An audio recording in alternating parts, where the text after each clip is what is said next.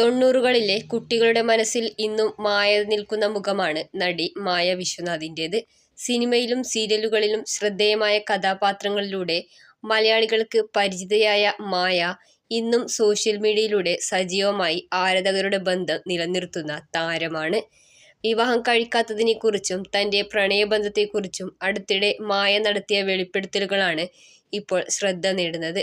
ഒരാളുമായി 11.5 വർഷത്തോളം നീണ്ടുനിന്ന ബന്ധമുണ്ടായിരുന്നുവെന്നും എന്നാൽ പിന്നീട് സാഹചര്യങ്ങൾ കാരണം ആ ബന്ധം അവസാനിച്ചെന്നുമാണ് താരം പറയുന്നത്.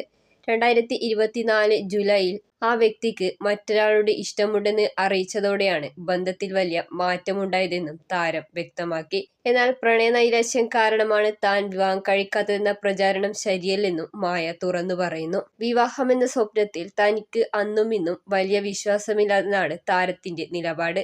താലി കെട്ടി വിവാഹം കഴിക്കുന്നതിനേക്കാൾ ജീവിതകാലം മുഴുവൻ ഒരുമിച്ച് ജീവിക്കണമെന്നായിരുന്നു തന്റെ ആഗ്രഹമെന്നും മായ വ്യക്തമാക്കി.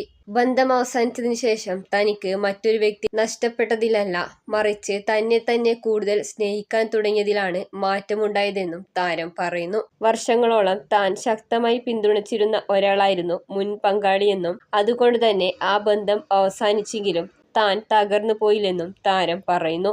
അഭിനയത്തിനു പുറമെ സോഷ്യൽ മീഡിയയിലും മായ സജീവമാണ്.